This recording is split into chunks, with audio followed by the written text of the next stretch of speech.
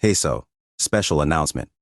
The unabridged audiobook of Heart of the Wolf by Mariposa is now available on Google Play and other audiobook retailers. You might have noticed that Chapter 21 was removed by YouTube. Well, the unabridged audiobook contains all that spicy, steamy goodness and the full version of my encounters with Maddy. So if you want the full Spice Caliente version, purchase the unabridged audiobook and enjoy it whenever you want. Link in description below. Thank you for listening and supporting the channel. Here's the next chapter. Heart of the Wolf, a paranormal romance novel by author A. Mariposa. Chapter 30. The third floor of the Beaumont Manor was totally empty and silent. It was pretty stuffy. The air smelled like dusty old linens and mildew, and the strong residue of furniture polish. Maddy stopped briefly to peek outside at the fairground and the long line wrapping around the haunted house. She didn't think the old wooden windows could open. Thin lace curtains covered the window at the top of the staircase, and she pushed them aside to see out. Bee came to join her. Wow, the line is twice as long as when we got here. Yeah, it must be an hour wait. The park closes at midnight. They're going to have to close off the line soon, so this is probably the last call. Bee talked as though she knew something about how theme parks worked. Maddy cast her little friend a side glance. The short goth girl looked a little nervous. She was fiddling with a lock of her long, glossy black hair. It was straighter than straight and fell down past her waist in a black curtain. It kind of reminded Maddy of Morticia from the Addams Family, a look she could see Bee emulating. All right, let's find this attic, Maddy suggested. Turning around, Bee turned up her phone light and fell into step next to her. The two girls locked arms and started down the gloomy hallway together. Despite her initial misgivings, Maddy felt a little zing of forbidden excitement. Sometimes she liked breaking the rules if nobody got hurt. The risk of getting caught made her feel a little naughty, a little bad in a good way. She caught B.A.'s eye and the two girls shared a mischievous smile. Okay, so this was kind of fun. Hopefully they could find the attic, take a look around, and make it back downstairs without getting caught. With any luck, they would not encounter a ghost. The thought of running into a security guard was more intimidating to Maddy, but so far so good. The upper floors of the house were empty. Then Maddy tripped over a little narrow table with a vase on it. She caught the vase before it fell to the floor. Nice, like a ninja, Bee exclaimed. Maddy rolled her eyes. Shit, that was a close call. She would have to be more careful. They searched up and down the dark hallway, but there didn't appear to be any more stairs leading up to the attic. Maddy was ready to give up, but Bee pointed to the row of closed doors. It's probably behind one of these, let's check. Then Bee started testing knobs and pulling open different doors. She shined her phone light into each empty room. Maddy wondered how her friend got so bold. Personally, she had never been more freaked out in her life. She braced herself each time Bee turned a handle and opened a new door. She didn't know what they would find. They stumbled upon lonely, empty mattresses, little narrow bathrooms with dusty mirrors, linen closets full of wicker baskets and unlabeled wooden boxes. Maddy felt like she was playing a horror video game and a zombie might jump out from behind any corner. As they hunted for the missing set of stairs, Maddy became less convinced there was an actress in the attic, and more concerned that Bee had seen a real ghost. Was it possible? Was your grandma really a shaman, Bee? Hell yes, she had all sorts of powers. I swear I saw her levitate once. Oh, wow, that's pretty intense. So, you really think you saw a ghost in the attic then? I think that's what we're about to find out, Bee said victoriously as she yanked open the last door at the end of the hall. There, a narrow set of stairs led up into a very dark, shadowy destination. Yes! We found it! Bee pumped her fist in the air. Maddy gazed up the dark staircase. She felt all of the hair on her arms stand on end. Why don't I stay here and keep watch while you check it out? Bee snorted at Maddy's suggestion. No way, you're coming with me. I'm not going up there alone. She grabbed Maddy's wrist and dragged her up the narrow staircase. It wasn't wide enough for two people to pass through shoulder to shoulder, so Maddy huddled behind her small friend as they climbed up the dark passageway. Then the ceiling widened out above them. The staircase emptied directly onto the dusty attic floor. Maddy noticed how there wasn't a banister or any railing to stop people from tripping down the staircase in the dark. She would have to remember where the steps were and be careful when they came back down. The two girls huddled close together and looked around the spacious, open room. The ceiling was about 10 feet high, crisscrossed by solid wood beams. The attic of the Beaumont Manor spanned almost the full length of the house, larger than Maddy's trailer. It was full of boxes, pallets, and old furniture covered in white sheets. Maddy saw a grand piano standing in the far corner of the room. Little porthole windows looked out onto the fairground. Sunlight from the carnival outside filtered into the room, casting the oblong furniture in strange shades of orange, green, and purple. But most of the room remained in deep shadow. In the light of their cell phones, Maddy spotted a mouse trap under a chair nearby. Ugh! She cringed inwardly. Far worse than a ghost in her opinion, she hated rats. Sometimes they showed up under the kitchen sink in her trailer. Maddy shuddered at the memory of waking up in the middle of the night to the sound of scratching and skittering. It was enough to drive anyone crazy. Luckily they hadn't had a rat infestation in a while, not since their neighbor got a big tomcat. But Maddy remembered the summer of her 15th year, the same summer she fell on the broken handle of rum. They had a bad infestation from all the trash Dean left around the trailer. The memory made her skin crawl. Maybe that's what happened to the Beaumont daughter, she got driven insane by rats. Okay, looks like the attic is empty, I don't see anyone. Let's go back down, Maddy said, satisfied with their brief investigation. Then Bea pointed across the length of the attic. Just wait, I want to check out that window. That's the window where I saw the face, I'm pretty sure. Oh, but... Maddy hesitated, her eyes traveling to the trap on the floor. Bea followed her gaze, waving her phone light around. What is that, a mouse trap? Oh my god, are you kidding me? You're scared of mice? They're tiny. Bea had obviously never dealt with a rat infestation. All right, but just imagine them jumping on you, or falling from the ceiling. Maybe I'll wait here while you check it out. But... I mean, it's pretty dark. I don't want to go alone. Maddy sighed. She was done with the attic, but when she gazed at Bea's hopeful expression, she felt bad. She couldn't let Bea wander through the attic all by herself. And the little goth girl looked super excited to see a ghost. They had come this far, was she really going to bail now? With a sigh, Maddy took Bea by the hand and they started together through the creepy room. Occasionally, the light from the carnival outside would shift, making the shadows move across the ground. It was easy to imagine someone hiding between the piles of boxes and abandoned furniture. The floorboards creaked loudly, it almost sounded like a third person was walking behind them. Maddy told herself it was a trick of her ears, even as her pulse quickened. Shit. She reached into her pocket, fishing around for Gareth's CBD pen, but she didn't have it. Didn't he give it to her outside? Actually, no, he had kept it in his pocket. Well, damn. What good was that? Okay, she needed to calm down before her nerves ran away with her. Maddy tried to pretend she was in a forest at night. She imagined the open sky above her, the soft scent of pine trees and wet earth. If a dark forest didn't scare her, then an attic should be no big deal. A mountain lion was way scarier than a ghost. At last, they reached the far window through the maze of junk. Maddy peeked outside. Yup, this looked like the right window. She saw the line leading to the front of the haunted manor, and she recognized the place where they had stood down below. She watched the fairgoers for a long moment, just a bunch of bored people milling around. It wasn't very exciting. All right, Maddy said, straightening up.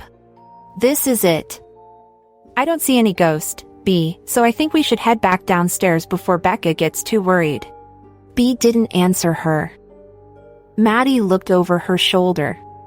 Bee was standing behind her, but she was turned towards the corner of the room, her spine rigid, her shoulders stiff. Maddy followed her gaze, but she didn't see anything, just a pile of boxes, and a dusty corner where the slanted roof met the floor. "What is it? Is it a rat?" Bee didn't answer, but her eyes got all wide and her face looked sickly pale, even under her makeup. She kept staring at the empty corner of the room. It was so melodramatic, Maddy was half convinced she was faking it. She considered grabbing her friend's arm and dragging her back downstairs. Then she felt a gust of cold air strike her feet, and a strange smell touched her nose. Maddy sniffed the air. Was it perfume? Maybe. There was something sickly and pungent about the smell, like a moldy bouquet of old flowers. It was unusual. Where was it coming from? She had never smelled anything quite like it. Maddy frowned and sniffed the stale air again. Could it be she was smelling the ghost? Maddy! What? Maddy, it's right next to you. What is? Maddy, she's real. The ghost is real. But I don't see anything. I do. Maddy turned around, taking a few steps back. She raised her phone's flashlight, but she didn't see anything. She felt that cold brush of air again, and that weird smell of old flowers filled her nose. Then Bee grabbed Maddy by the arm and dragged her into a run.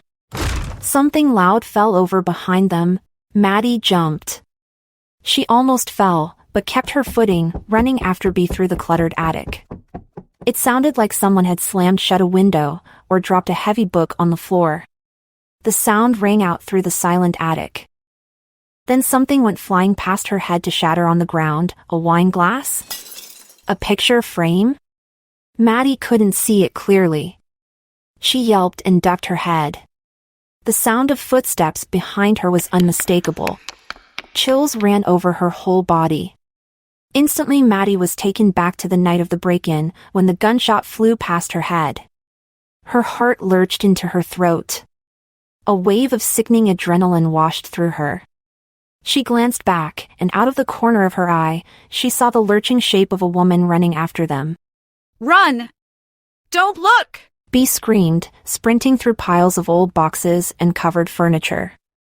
Their phone lights bobbed wildly back and forth, flashing around the dark room. It reminded Maddy of when the men had chased her through the woods. She felt sick to her stomach, like it was happening all over again. They almost fell headlong down the attic stairs. Maddy caught her balance just in time and skidded to a halt.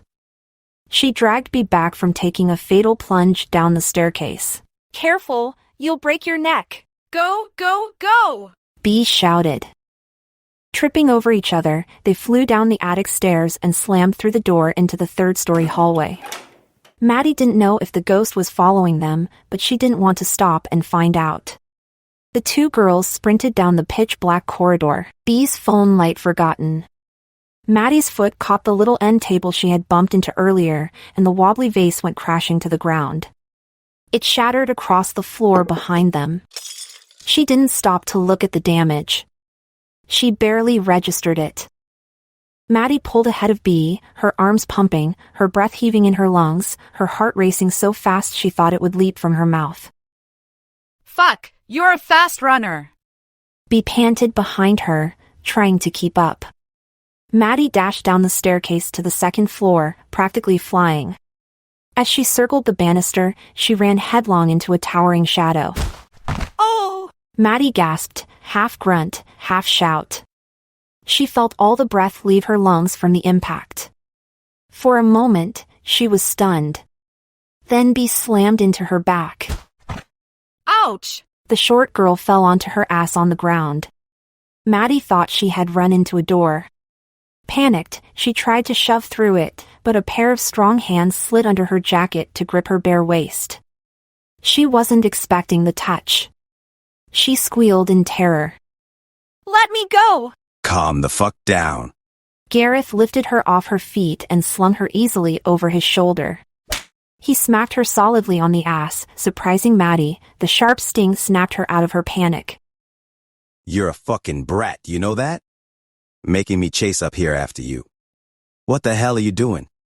Put me down! Maddy gasped, kicking her legs uselessly. Gareth! Not until you tell me why you're up here. We were just… Maddy stuttered, returning to her senses. Shit, how did she explain? She tried to speak, but it was hard to pull in a breath. Her heart was racing too fast. She couldn't seem to calm down. Thankfully, Bea jumped to her defense. We went to see if there was a ghost in the attic. I wanted to check it out. It was my idea. And that noise just now. Did you break something? Bea went quiet. Well, shit. Yeah, maybe best not to go back up there. Maddy squirmed a bit, trying to slide her way back to her feet, but Gareth smacked her ass again for good measure. Fucking stay still. Bea spoke up. Don't be mad at us! I swear we saw the Beaumont ghost. It even threw a picture frame after us. It was real. There's a ghost up in the attic. That's why we were running. It chased us back down the stairs. Gareth didn't sound impressed at all. Yeah, well, you're not supposed to be up here. It's called trespassing. Your sister's worried sick about you. She might already be talking to security. Why don't you call her and tell her you're on your way down? A brief silence descended on their group. Bea stared up at Gareth with wide eyes. What about Maddy? She's got this anxiety thing. I'll stay with her. Now you go call your sister. Bea wasn't immune to Gareth's commanding presence. She nodded speechlessly. Then she took out her cell phone, a little sheepish, and started scrolling through her contacts. As she dialed, she walked down the second-floor hallway to the staircase. Her steps were a little wobbly. After a moment, she started speaking to her sister over the phone in a stage whisper, a hysterical edge to her voice. We saw a fucking ghost, a real ghost in the attic. I told you I didn't imagine it, Becca. It's just like Grandma said. It had an aura and everything. It looked fucking gruesome. Maddy watched the whole exchange while slung over Gareth's shoulder. She wished she could appreciate the moment, because it was kind of funny and more than a little bizarre, but her heart was racing. She didn't like being carried. She felt like she couldn't breathe. Gareth, please put me down! Gareth swung her down from his shoulder and placed her gently on her feet. That's when Maddy discovered that her legs had no strength. She collapsed onto the floor, her arms and legs shaking. She leaned back against the wall, utterly spent. Gareth knelt down next to her. Careful. It's over now. The hell got into you? You really think it was a good idea to go looking for a ghost? Maddy heard the implied words he didn't say. He meant, with her anxiety. She was still shaking all over. Gareth, I can't breathe. Maddy felt hot and sweaty. Her heart was still pounding, it refused to let up. Her sense of smell was excruciatingly keen, and the stale air was stifling. She imagined she could smell the mold behind the walls of the old house, even the rat droppings beneath the floorboards. It made her want to gag. Gareth took something out of his pocket. It was the little brown bear he had won her at the shooting gallery. Maddy had forgotten all about it. She must have dropped it back on the floor when Bea dragged her away from Hell's Kitchen. He pushed the little brown bear into her chest. Breathe. Maddy gripped the teddy bear in her arms and tried to take a deep breath, but she couldn't, her heart was racing too fast. Fuck. It would be nice to have a hit off Gareth's CBD pen about now, but she couldn't even do that. She was hyperventilating. Hey, is she okay? Bea asked, coming to stand next to them. It looked like she had finished her conversation with Becca on the phone. She's got this anxiety thing. Bea stared down at Maddy, looking shocked. I didn't realize it was this bad. If I'd known, I wouldn't have asked her to come up here with me. It's okay. Maddy wheezed as she tried to catch her breath. She wanted to reassure Bea, but her chest hurt, she felt like she was choking on air. Gareth knelt in front of her, his big hands resting on her knees. She stared at the gaunt planes of his face and his exotic golden eyes. She hiccuped and gasped, struggling to calm her racing heart. Even with the hallway empty, she felt claustrophobic. Breathe in through your nose. Out through your mouth. He instructed with a low, soothing voice. She did so, clutching the bear to her chest. Is she having a panic attack? Do we need to call an ambulance? Nah. It'll pass. She just needs a minute. Gareth reached over and took her wrist in one hand, his thumb pressing against her pulse. Maddy realized he was checking her heart rate. He waited calmly, watching her breathe. Bee's dark eyes traveled from Gareth to Maddy, glancing back and forth between them. A little knot formed between her eyebrows. So, you're more than just her sugar daddy, huh? Gareth glanced up at Bee. He looked surprised and possibly amused. I'm her boyfriend. So you're official, then? Yup. As of 2 hours ago. All right, I didn't realize. Like, I might have gotten the wrong impression before. I didn't think you were all that serious about her. Well, I am. Bee looked between them again, watching how Gareth leaned forward protectively over Maddy's body, shielding her with his big shoulders, and how he ran a soothing hand down her arm. The affectionate touch seemed to make her uncomfortable. After a long moment, Bee glanced up and away. Well, Vin is probably outside with Becca. I should get going. I told them I'd be down in a minute. Will you two be okay if I leave? Yeah. I'll stay with her until we can walk out. Bee leaned in close to Maddy and said loudly, like she might be deaf and not having a panic attack. I'll be right outside with Becca, so call me if you need me. We won't go far. There's a gift shop behind the haunted house, so we'll be over there, okay? Maddy gave her a little thumbs up. It was kind of adorable, how Bee didn't know what to do with herself. The little goth girl gave them an awkward wave, then took out her phone and turned on the bluish-silver screen light again. She started back down the hallway by herself and disappeared downstairs to the first floor. With Bee gone, a new kind of silence filled the hallway, this time much more serene. Gareth's calm energy seemed to fill the whole corridor from wall to wall. He remained kneeling in front of her on the floor, holding her wrist, feeling her pulse slowly return to normal. There we go. He murmured as her breathing became easier. All right. So you got all the way up there and you saw a ghost. How'd it go? I didn't see it. But I think I smelled it. It threw some glass at us. It broke on the floor. Well, that's one hell of a thing. Somehow, Gareth didn't sound surprised. Maddy wondered if he believed in ghosts. He certainly wasn't scoffing at her story. Maddy dragged in a deep breath, finally able to fill her lungs. She felt wrung out and exhausted from the adrenaline rush, and her sense of smell seemed excruciatingly keen. Gareth's spicy scent was particularly noticeable. It almost made her hungry. As the layers of panic dissolved, she felt her body awaken to a different sensation altogether, arousal. Shit, for real? Was she really getting turned on, right now? She didn't know if it was her fear, his scent, the adrenaline, or the physical exertion that made her blood suddenly hot. Gareth was kneeling very close to her. She became deliciously aware of his large, dominating body hovering above her own. She was sitting cross-legged on the hardwood floor, sandwiched between his mountainous shoulders and the wall. Traitors. She thought to her tits, which were swelling pleasantly beneath her jacket. A layer of goosebumps covered her midriff, but she wasn't cold. She met his eyes and blushed. He searched her face, then his gaze grew hooded. It was like he could see right through her. Like he knew exactly what she was thinking. He leaned forward, positioning his body between her legs. His hand slid under her jacket to rest against her bare waist. Her heart quickened again, this time for different reasons. Then he pressed his lips against her forehead. She released a breath as the tension left her shoulders. You got freaked out good, huh?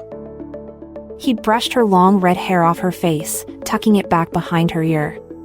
Then he cupped her face with one hand. He kissed her forehead again, then her nose, then each cheek. His touch was gentle and reassuring. He avoided her lips on purpose. She felt like he was trying to keep her calm. Yeah, but I'm okay now. Maddy's voice was hoarse. She took a deep breath, overwhelmed by his potent scent. God, why do you smell so good? I don't know. Because you like me. No, I'm serious. There's something different about you. Nah, baby girl. I'm just some old guy you're dating. Maddy half laughed, half wheezed. She was starting to feel more normal. His steady voice grounded her. You ready to get out of here? Maddy nodded. He pulled her up to her feet. With one arm around her waist to steady her, he walked her down the quiet hallway to the staircase. Together, they continued down to the first floor. Gareth seemed to know his way around the dark house. With a certain amount of confidence, he led her from room to darkened room until they found their way back to Hell's Kitchen and the spooky dining room. The exit is through there. He explained, pointing to a door on the far end of the dining room. I figure we can walk right through, if you're game. Or we can find a staff member to take us to the emergency exit. What do you want to do? Maddy stood at the edge of the staged dining room. It seemed like a good place to stop for a minute and consider their options.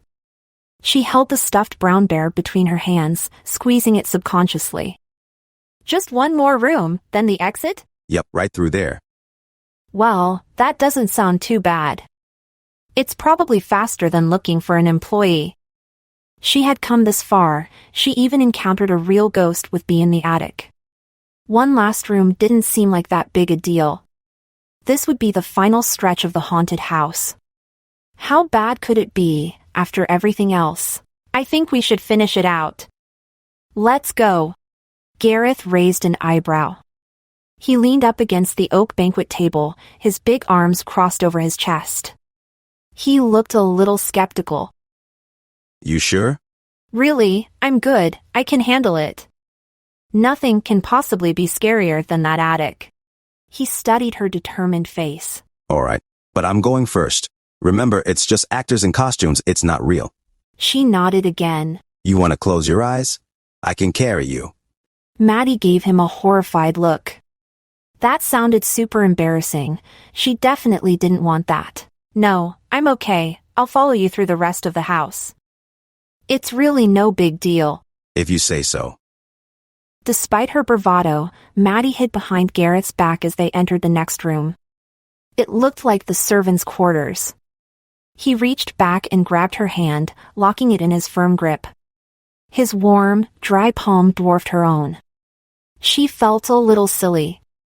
How could she ever be frightened with this man-beast ready to protect her? They followed the path outlined by red string lights. Through the servants' quarters, a second door led into the cellars. Here, Maddy hesitated. Down a short staircase, she saw flickering red lights illuminating the underbelly of the house. The basement was probably the perfect place for a jump scare. Yeah, maybe this wasn't such a great idea. Gareth led her down a short staircase under the house, then through a maze of wine barrels. The lights in the room kept flickering on and off. The spooky soundtrack was ramped up to double volume. For Maddy's sensitive ears, it was an absolute nightmare. She started shaking. She grabbed Gareth's arm with both hands and clung to his side, trembling. At any moment, she expected some horrifying murderer to leap out from behind a wine barrel. She could feel her lungs constricting painfully tight. Gareth, I don't feel good. Yeah? Too much? I can't catch my breath.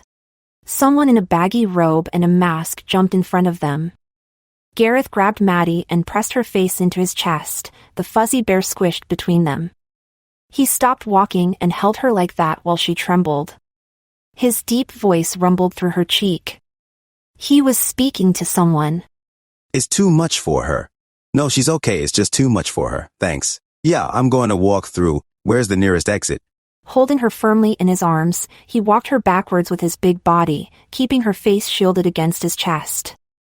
Just keep your eyes closed, babe. He said when she tried to look around. She never got to see who he was talking to, but someone led them through the rest of the wine cellar to the exit. The cellar door opened, and Maddy felt a burst of cold night air. They climbed up a short staircase. Then the heavy door slammed shut behind them. Gareth released her. Maddy sucked in a deep breath, then she looked around. They stood on the back deck of the Victorian manor. A roped-off path led them across the deck and down a wide staircase. Then the pathway wandered through a garden decorated with glowing jack-o'-lanterns, happy scarecrows, and blow-up ghosts. On the other side of the garden, the path led directly into a tented gift shop. Little strings of pumpkin lights dangled from the rim of the tent. Inside, she saw kitschy baskets and produce crates stacked full of t-shirts, mugs, magnets, postcards, bottles of cider, and all manner of Fright Farm souvenirs. Since the haunted manor was the main event at the carnival, the gift shop looked packed with people. Cheerful music was playing from the gift shop, completely at odds with her terrifying sojourn through the manor. It took Maddy a moment to adjust to the change of environment. She turned around and looked back up at the old Victorian house. From the outside, it didn't look half as scary. It really was just an amusement park attraction. Hey, Gareth. Yeah. Do you think I might have an anxiety disorder? He reached into his pocket and offered her the CBD pen. I think you run a little anxious. Nothing wrong with that. It's a haunted house, Mads. It's supposed to be scary. Maddy took a puff on the vape and coughed a little, then she tucked it into her pocket. She wasn't sure if the CBD was working or not, but she felt better being outside.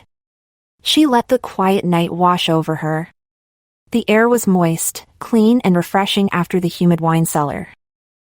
Fuck, that was terrifying. She felt like she had gotten her fill of Halloween, and it wasn't even the end of October.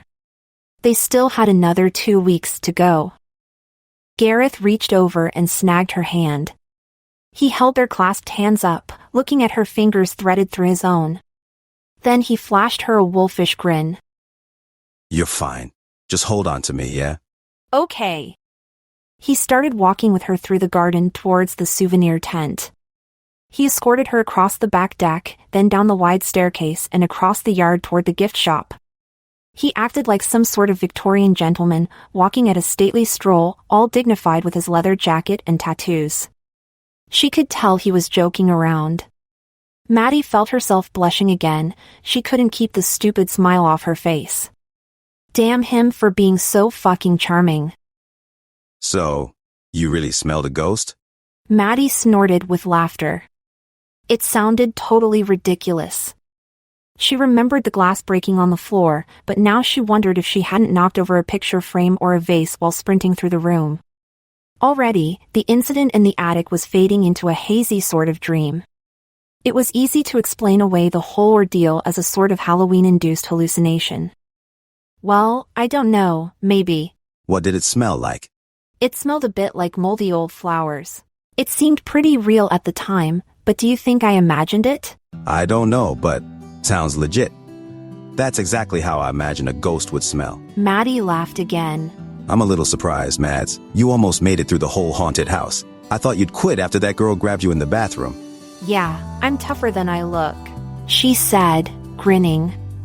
He caught her eye and flashed her a confident smile. No doubt.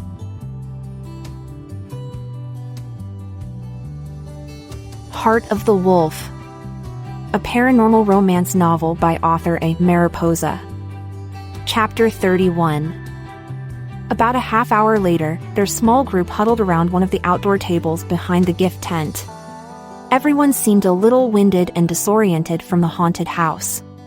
At first they all rushed up to Maddy, eager to check on her and relay their adventures through the wine cellar. Vin puffed on his vape while Bea lit up a cigarette. Then the topic turned to the two girls' misadventure in the attic. Bea recounted their journey through the Beaumont Manor, with Becca scowling in disapproval the whole time. Maddy chimed in on occasion, adding dramatic details. Both girls swore up and down that they had encountered a ghost in the attic, but Maddy couldn't tell if the group believed them. She hardly believed it herself. Then, as their energy drained out, they all sat around the table scrolling on their phones. Maddy looked around their little group. She couldn't keep the smile off her face. It had been a wild night. She couldn't remember ever having this much fun before. Even with Dean showing up, it felt like the perfect evening. She felt like any other normal teen. Better than normal. She felt good. Their picnic table was located at the very back of the fairground. The haunted manor stood behind them on a slight incline, overlooking the rest of the Beaumont property. A little downhill from their table, past a split-rail fence, several acres of cornfield spread into the horizon. Beyond that, Maddy discerned the dark outline of a forest. She watched the quiet night, appreciating the view. Light from the half-moon broke through the heavy cloud cover, casting the landscape in a silver glow. It was kind of romantic.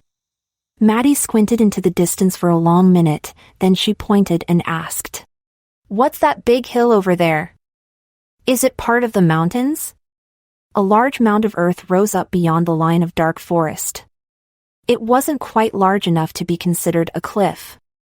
Maddy thought it looked like the shell of a giant turtle sleeping under the moon. Wow, you can see that? You have good eyesight. I think that's Beaumont Hill. Levi slapped his fair pamphlet down on the table between them. It was a bit crumpled from being in his pocket all night. This flyer doesn't say much about it, but I guess it was the location of the original Beaumont farm before they moved it over here. Becca cut in. It's a local landmark. Yeah, it's technically part of the Beaumont property, but our grandma used to call it Cloud Hill. She used to hike up there all the time. That's pretty cool. Yeah, she was a weird one, old Nana. Becca exchanged a glance with Bea. Maddy didn't know what the two sisters had shared regarding the ghost. She had overheard a bit of Bea's conversation on the phone back in the haunted manor. It sounded like seeing spirits had something to do with shamanic powers. But again, she wasn't sure how she felt about all that stuff. It was easy to write it off as her imagination. She knew Bea's family believed in spirits, it was part of their religion, after all, but Maddy wasn't sure if she believed in anything. Maybe she believed in the mountain? When she looked up, she saw Gareth watching her with an unreadable expression on his face. She wondered what he was thinking about when he gazed at her like that. He stood at the end of the table, his arms crossed, like he was guarding their little group. You want a cup of cider? Gareth offered to Maddy. Before she could respond, Bea answered. That would be great. Can you get me one too? Gareth blinked at her, then Vin stood up, followed by Levi. I got it. Vin said, and Levi added. I'll go with you. Babe, do you want cider? Sure, thank you. The men walked away, leaving the three girls at the table. Becca watched the men get in line at the cider stand. She messed with the charm bracelet on her wrist. Then she turned to Maddy. So, about your neighbor, I have to ask, are you guys dating? The question took Maddy off guard. She stuttered for a moment under Becca's accusing gaze. Well, yeah. So this was a date then? Initially, no.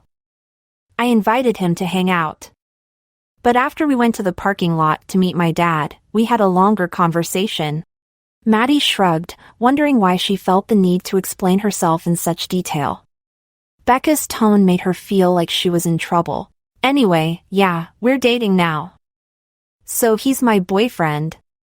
Sorry, I wasn't upfront about it. I didn't mean to lie to you. You should have just told me in the beginning. I know, I'm sorry. I didn't mean to mislead you. I just didn't really know how to introduce him. Yeah, well, he's been hovering around you all night. It's pretty obvious he's into you. Maddy blushed. She looked over at Bea, but her friend was posting a video of the haunted house to her PicPlace account and didn't seem to be listening. So, how old is he? 28. Becca was quiet. She looked over at Gareth again. A frown creased her brow. Well, I can definitely see the attraction. He's smoking hot and he doesn't seem like a bad guy. But I'm going to warn you because you're Bea's friend. I think he's too old for you. He's almost 30. Guys get a power trip from dating young girls. I think you should be careful around him. Or better yet, break it off and find someone your own age. Becca's advice was blunt. Maddy felt embarrassed, but she had expected Becca to say something eventually. I know what it looks like. Do you? Becca raised an eyebrow. At that moment, she definitely looked like Bea's older sister.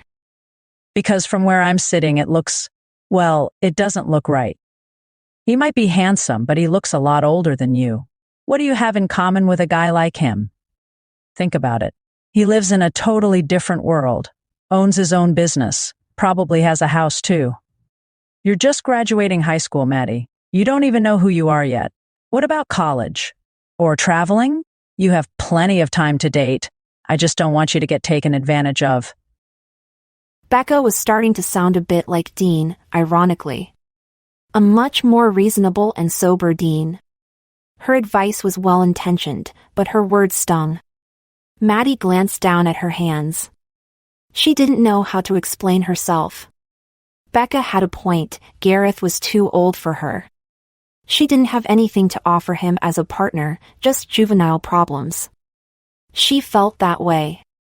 She really didn't know why he was into her. He said all the right words, but part of her doubted he would stick around forever. He would get tired of her young adult issues eventually, she had no doubt. Besides running into each other on the mountain at night, or at the hardware store, what did they have in common? A fun date at Zippy's? A fondness for the outdoors? They might have known each other for 5 years, but only a week had passed since they officially met. She hardly knew anything about Gareth, except that he liked cars. But Becca also didn't understand Maddy's life at all. Sure, she was young. She was still in high school. But she wasn't like other teens. She paid all her own bills. She took care of the trailer by herself and cleaned up after Dean's mess. Her stepdad left her for weeks on her own sometimes. No one was looking out for her. Gareth was the first person to actually give a shit. Not only that, he was the first person to stand up for her. He actually made Dean fess up and apologize. When had Dean ever apologized before? The more she thought about it, the more she wondered. What did a boy her own age have to offer? She didn't want to date someone living at home with his parents. She liked that Gareth was a homeowner. It meant she could tell him about her broken water heater and he might know what to do. She could complain about property taxes and house projects, bemoan her job at the hardware store and the endless onslaught of bills, and he understood her stress. More than anything, she was tired of people judging her life. Mind your own business. What was that? I said mind your own fucking business, Becca. Right. Okay, forget I said anything. Bea looked up from her phone and glanced between them. What did I miss? You always turn into a cranky bitch when you're tired, Becca. Are we going home soon? It's almost midnight. Is it really that late? I gotta work tomorrow. The men returned with drinks in hand. Maddy took the cup of warm cider that Gareth offered to her. Becca stood up from the table. Levi, it's time to head out. Seems about that time, yeah. Oh, you're leaving? Vin said. He sounded bummed. Yeah, the park's closing soon anyway. Bea glanced from Becca to Levi, then back to Vin. Hey, I got an idea. Becca, why don't we go to the Black Bear Diner? It's 24 hours. Maybe Vin can come too? Becca pursed her lips. She looked annoyed. Then Levi chimed in with his usual cheerfulness. A burger after a haunted house sounds really good. Maybe a slice of pie? You hungry, babe? All right. Fine, I guess some pie and a cup of coffee sounds good. Vin can come with us. He can fit in the back seat. Then we can give him a ride home. Do you live in Black River, Vin? Yeah, off Moen Road. I know where that is. Sure, we can drop you off. Ah, shit. Well, maybe not. The seatbelt for the center seat is broken. I don't want to risk getting a ticket. They'll be pulling people over tonight for sure. The group fell silent. Maddy felt awkward. She didn't have money to go to a diner, and it was almost midnight. She really needed to get back home. Right. Home. She suddenly felt cold. Am I really going back to the trailer? Maddy glanced down at her hands, picking at her fingernails and thought. Honestly, she didn't want to go back to the trailer and spend the night alone with Dean under the same roof. Not after all that drama in the parking lot. Shit, she had actually slapped him. She felt like they both needed some space to let things cool down. Dean might be afraid of Gareth, but if he was blackout drunk, he might still try to retaliate or assert his authority somehow. But the carnival was closing, and she needed to sleep somewhere. Maddy felt the noose tightening around her neck. She didn't know what to do. It seemed a bit late to ask Bea if she could sleep over. Her eyes traveled to Gareth. You want to ride with me? After some hesitation, she nodded. Becca opened her mouth, then paused. It looked like she was going to disagree with Maddy, but she didn't say anything. I don't really feel like going to the diner anyway. I'll ride with Gareth, then Vin can go to the diner with you guys. Are you sure? Of course I'm sure. It seemed like everything was decided. Vin looked relieved. The group walked back across the fairground together. The big crowds had dispersed, and the carnival was empty except for a few groups here and there and the janitors. Bea and Vin paused outside the front entrance to say goodbye. Have a good night, Maddy. Text me when you get home safe, yeah? Bea wrapped Maddy in a tight hug.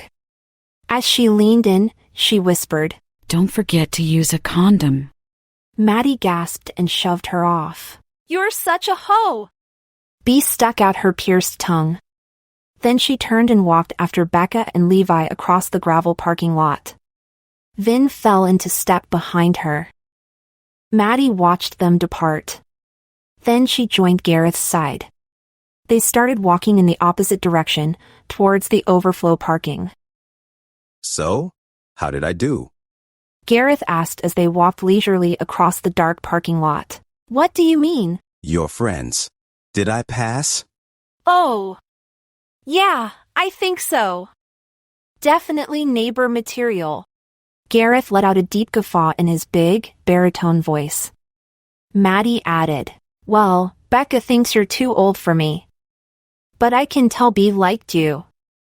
She definitely liked Vin. I'm going to be checking PicPlace tomorrow to see if Bea updates her status. What's that? From single to dating.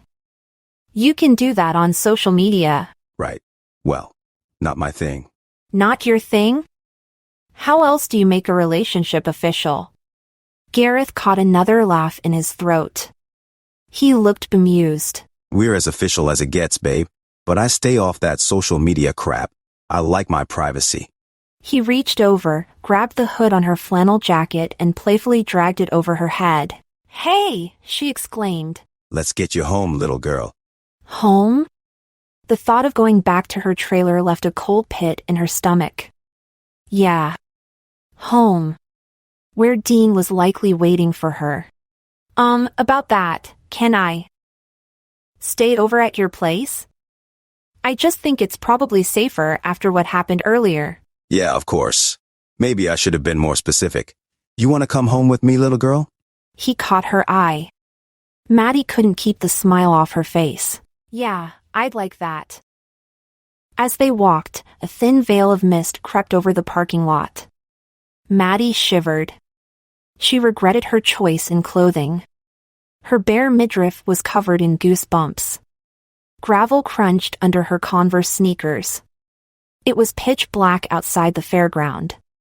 The parking lot was wide and long, close to empty, and lit by a row of unreliable solar lights. The lights kept flickering on and off. It was a little creepy. Maddy was relieved when she saw the sleek outline of the Camaro near the far end of the overflow parking lot. Soon they would be back at Gareth's house, snuggling up on his couch in front of the TV. She felt a delicious little shiver. Yeah, she couldn't wait for that. She was more than ready.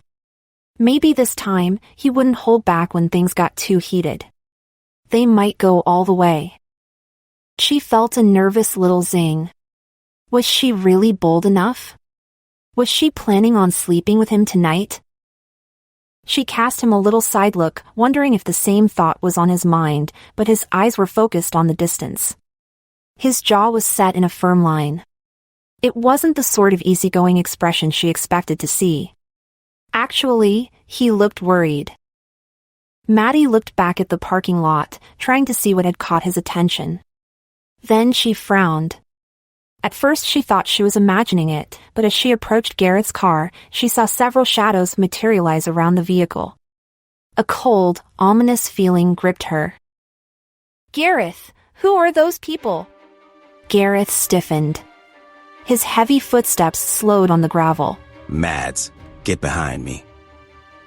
The wind shifted and Maddy was hit by an unfamiliar stench.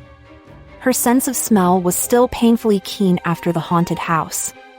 These men smelled different. Not like the sweaty mix of BO and soap from the fairgoers. These men smelled more potent, but in an unpleasant way. More primal. The animal stench called to a deep part of her that she couldn't explain. It seemed oddly familiar. She felt her pulse quicken.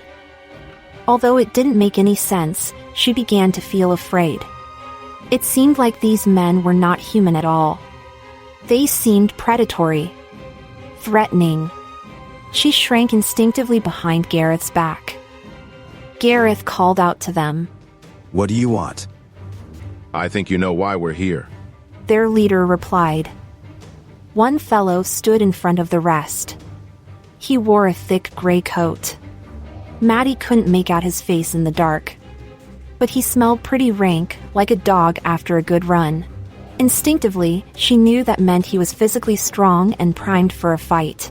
The hair stood up on the back of her neck. How do I know that? You killed our men. This is blood for blood, nothing personal. Gareth placed his body between Maddy and the group of thugs. Stay back, Mads. Don't come any closer. Gareth, what's going on? They said you killed someone? What does that mean? Are they serious? I said, stay behind me. Maddy felt like she had stepped into a nightmare. She was completely confused and disoriented. Who were these men? What was going on? It seemed these threatening strangers were also curious about her. A few of the men started to notice her hiding behind Gareth's back. Then a shorter, scrawnier fellow asked, Who's the female? Mind your own fucking business.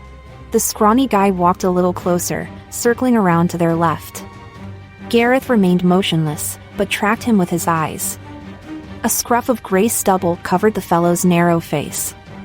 Maddy thought he looked like a wiry old jackal. He shot her a wicked grin and sniffed the air. He leered at Maddy. I smell wolf blood. Something deep inside of Maddy shuddered. She remembered the night those men came to her trailer, when they ripped open her shirt and held her down. This jackal-looking fellow reminded her of those men. Was this the same gang? She's a female. Another man echoed. The group shifted, turning toward her and changing positions. Maddy felt a wave of new attention focus upon her. She crept closer to Gareth's back, wishing she could disappear. The little jackal man tapped his pointy nose with a long forefinger. Oh yes, a young female just beginning the change. My nose never lies. Looks like our rogue alpha is hiding a secret. Maddy didn't follow half of what the little man said. She was bewildered. What's an alpha? What do they mean, change? Gareth, what are they talking about? He didn't answer her. Instead, Gareth called out to the little man. You want to touch her? Just try it, shit sniffer. I'll rip off your face. Silence. The men sized him up again. The tension grew in the darkness. Maddy felt like a bomb was about to explode. Then their leader said, Bring her here, boys. I think we found ourselves a treat. Maddy, run. What? Why? Just do as I say. Gareth grabbed her arm and shoved her away from him, almost causing her to fall in the mud. Maddy stumbled across the parking lot, clumsy and uncoordinated. What the hell is happening? Then Gareth faced off against the pack of men. He shrugged off his jacket and tossed it on the ground. Then he pulled something out of his back pocket. He slipped it around his hand, Maddy's eyes went round. A pair of brass knuckles gleamed in the dim solar lights that lined the parking lot. She stared. Brass knuckles? Really? Was that his only weapon? This isn't a kung fu movie! Shit, no wonder his tattoos read Lobo Loco. She watched in horror as the pack of men converged on Gareth. There were so many! She couldn't get a head count in the darkness, but she estimated around 10 or 12 thugs were ready to pounce. Maddy pulled out her phone to dial 911. Her hands were shaking and her palms were sweaty and slippery. Shit, shit, shit! Keep it together! She fumbled with her phone, trying to call the emergency line, but she didn't notice the man sneaking up behind her. Suddenly, someone grabbed her from behind, knocking the phone from her hand. A meaty fist went over her mouth to muffle her scream. Maddy kicked and fought. She bit down on instinct, sinking her teeth into a dirty, fleshy pad. She tasted blood. Fuck. Dumb bitch. The man dropped her. Maddy took off running the moment her feet hit the ground. Gravel flew under her sneakers. She sprinted across the parking lot, pumping her arms, gasping for air. Her mind raced. Where was she going? She had two choices: head to the fairground, which was far away across an empty lot, or run into the cornfield. At least in the field, she could hide. She picked the cornfield and ran as fast as she could. Thank you for listening to Heart of the Wolf by A. Mariposa. To read or listen ahead, don't forget to check out the unabridged audiobook, available on Google Play and other retailers, link in description below. You can pick up the print and ebook on Amazon.com. Or stay tuned for more free content. See you next time, and thanks so much for listening and supporting our channel.